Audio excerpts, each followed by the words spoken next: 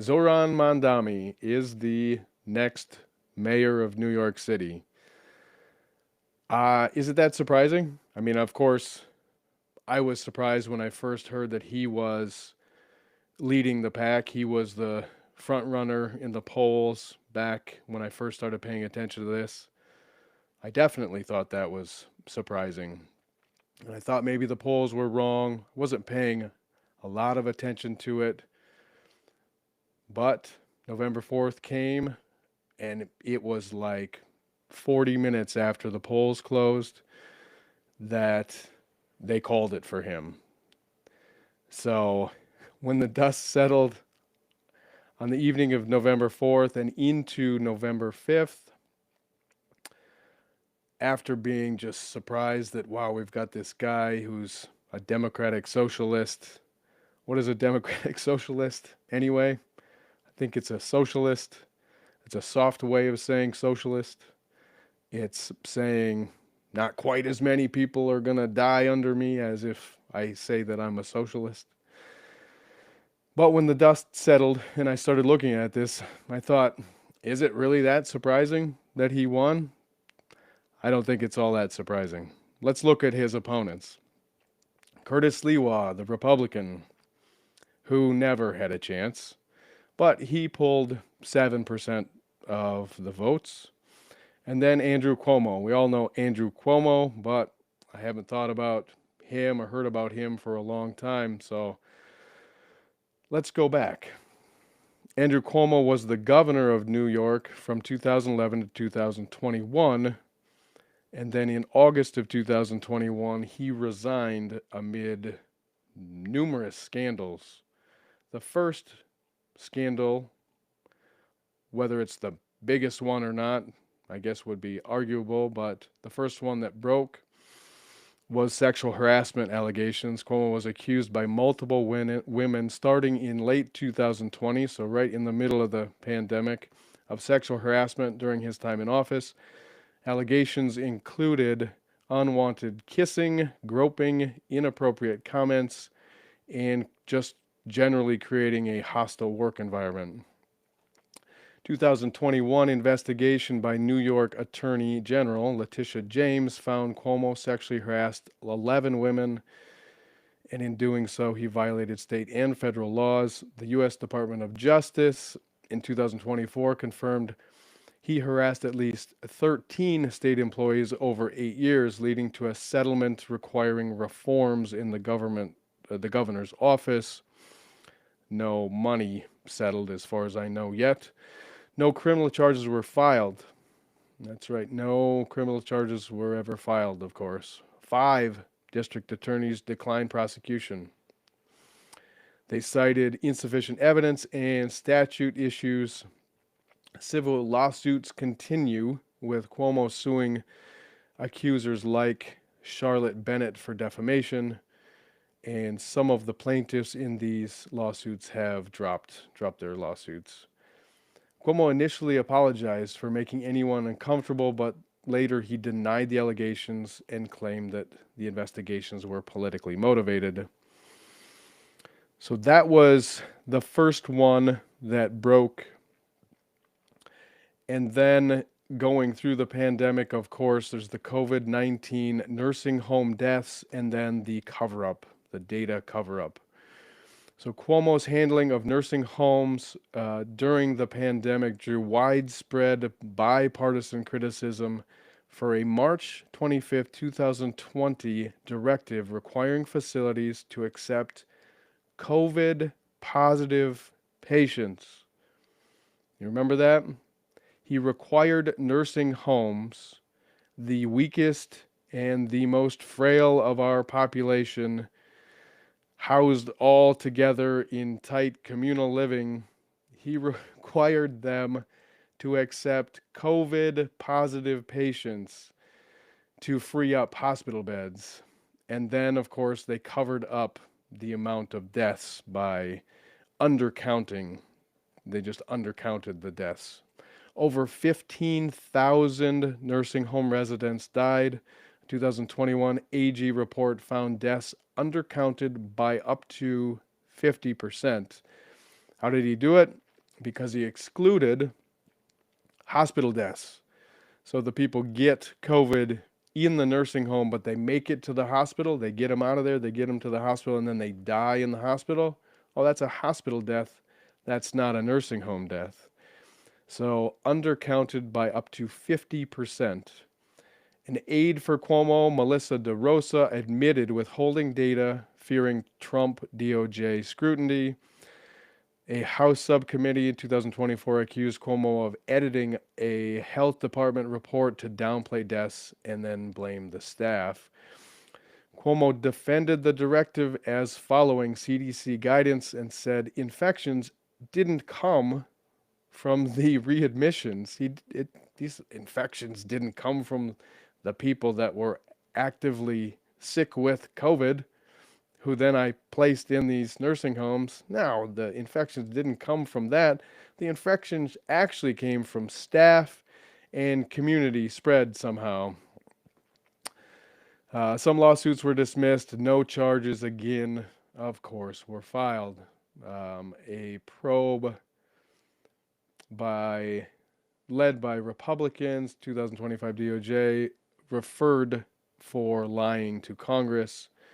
They called it a cover-up, and Democrats like Bill de Blasio criticized the transparency. An independent 2024 review said his top-down approach sowed mistrust. So, after killing 15,000 nursing home residents with his policies, he wrote a book. Cuomo earned $5.1 million for his book titled American Crisis 2020, praising his pandemic leadership. Ethics probes found he improperly used state staff and time.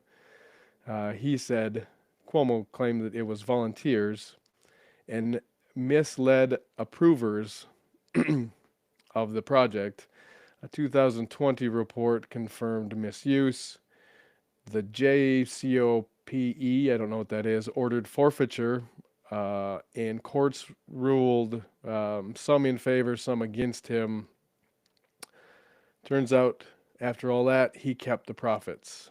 So $5.1 million he made on 15,000 people dying in nursing homes under his leadership. There were some additional controversies, of course, from all the scandals. The state, if you're the governor, the state has to pay your legal defense. So as of 2025, $61 million so far has been spent on legal defense for scandals, controversies, and apparently there is no cap. There is no cap exists to what the state has to pay, continue to pay, and will continue to pay. I think some of these lawsuits are still outstanding for his legal defense. He also was accused of mishandling Hurricane Sandy aid, misusing $140 million, including federal funds. So all of that occurred under Andrew Cuomo's leadership, and again, he was the main opponent of Mamdani. Curtis Sliwa got 7% of the vote. Andrew Cuomo, I believe, got 42% of the vote, approximately, and Mamdani got about 50% of the vote. So if you look at that, if you look at all of these scandals New York's already been through with Cuomo, and they still, 42% of them still voted for him. And likely, if Sliwa would have dropped out and put his backing, if he would have backed Cuomo, that's 7% that would have gone directly to Cuomo. We can't imagine somebody who voted for a Republican in Sliwa would have then said, nope, let me go for the Democratic Socialist. So I'm guessing most of those people would have voted for Cuomo, so that would have bumped Cuomo up to 49%. versus Mamdani's 50%. And then what if other people would have turned out? Like if people were thinking that, oh, I only would have voted for Sliwa and Sliwa dropped out, and now, well, if it's Cuomo versus Mamdani, we gotta push Cuomo over the finish line, don't we? What if more people would have showed up if they thought the race actually was close? So turnout could have been more. Lots of things could have happened, but so there you go. I mean, with all of that, he still got 42% of the vote. Now, let's look at Zoran Mandami's all of the things that he promised. As a democratic socialist, of course, he's going to tax the rich and give it all to the poor, right? Make everything free. So, what did he say he was going to do, and what can he actually implement? So, he said he was going to build 200,000 affordable housing units over the next 10 years, triple production of union-built, rent-stabilized homes using public funds, and end racial discrimination via a comprehensive city plan. The fare-free and faster buses, right? So free buses and make them faster. He's going to eliminate fares on all buses and expand bus lanes to increase the speed. Universal free health or universal free childcare, free for ages 6 weeks to 5 years, and pay the workers in those childcare facilities the equivalent rate of a public school teacher. And then city-run grocery stores, one per borough, selling at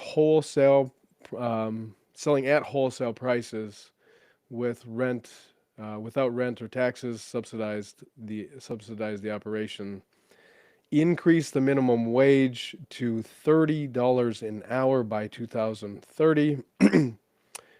And then how was he going to pay for all this? He was going to pay for it by taxes, right? He was going to increase taxes on the rich, taxes on corporations, and taxes on the wealthy. So his corporation tax is going to go from 7.5% to 11.5%. He said that New Jersey has that same tax rate, 11.5% on corporations. And so if it works for New Jersey, it should work for New York too. And then he's going to tax the top 1% of earners, and that number, I believe, is $1 million. So anybody making $1 million or more, he's going to just do a flat 2% tax on top of all of those people. He is going to get $5 billion from the corporate tax and $5 or $6 billion from taxing the wealthy individuals. Now, the thing is, can he actually do any of these things? Oh, the other thing that he was going to do was freeze rent, right? Freeze rent for rent stabilized apartments. He is going to freeze that. I'm not sure what the period of time is that he was going to do that for, but can he do any of these things by himself? No, he cannot. The only thing of all of those things that he can do by himself is freeze the rent. And he can't even do it by himself. What he has to do is he can, as the mayor, he can appoint all 9 members of the Rent Guidelines Board, the RGB, which sets the annual rent adjustment for over 1 million rent stabilized units by stacking the board. He can stack the board with allies, with people who are going to say, we'll do whatever you want, and then direct them to, increase the rent by 0%. So effectively freezing the rent without needing city council, state, or federal approval. That's the one thing he can do. All of these other things, he needs the city council, he needs zoning for the 200,000 the affordable housing units over 10 years. He can ask the HPD, Housing and Planning Department, I believe, to fast track something that's been approved, but he can't implement it by himself. He needs city council approval. He needs grants likely, and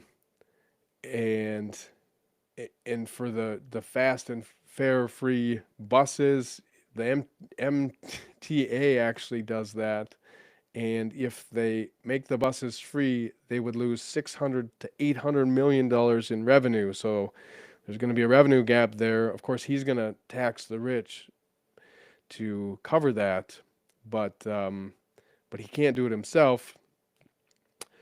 He needs the MTA to approve that. He also needs city council approval and likely government approval for fare change policies if they for any enabling laws, universal free childcare.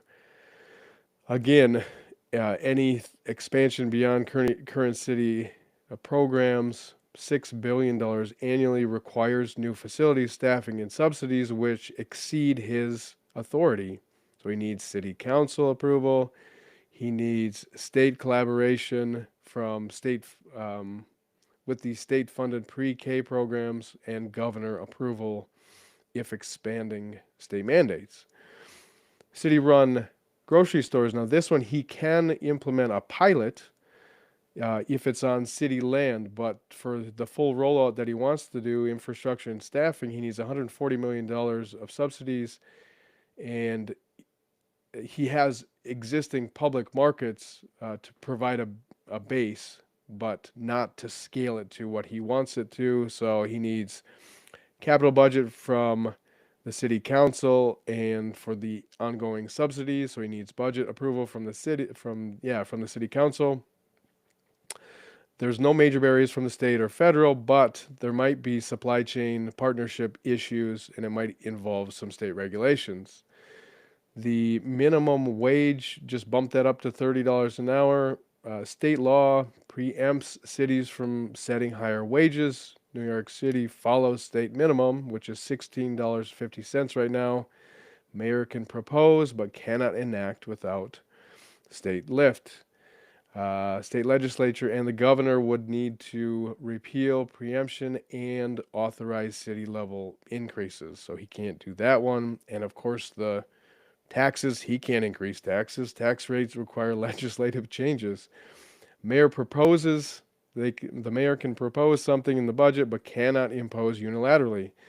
City council will need to pass tax bills at the local level, and then state and federal state approval if conflicting with broader tax policies. And of course, the governor has already said that she is not on board with taxing the wealthy anymore or increasing the corporate tax. So there you go. Can Mamdani actually implement everything? It's a surprise, right? That we've got a Democratic socialist who is now going to be the mayor of New York. But is it really that big a deal? He's not going to be able to implement any of these things except maybe rent freeze. And we know rent freezes are bad. And maybe he'll implement that by doing the procedure that I just talked about. But he can't do anything else that he claims that he was going to do without going through the normal regulations. So it's really not that big a deal as far as I'm concerned. And it's not a surprise. When you go against Andrew Cuomo as your major competitor, and Andrew Cuomo had so many New York has already experienced Andrew Cuomo. He is a disaster. And you can't blame him for saying, well, let's try this guy at least. So that's my take on that.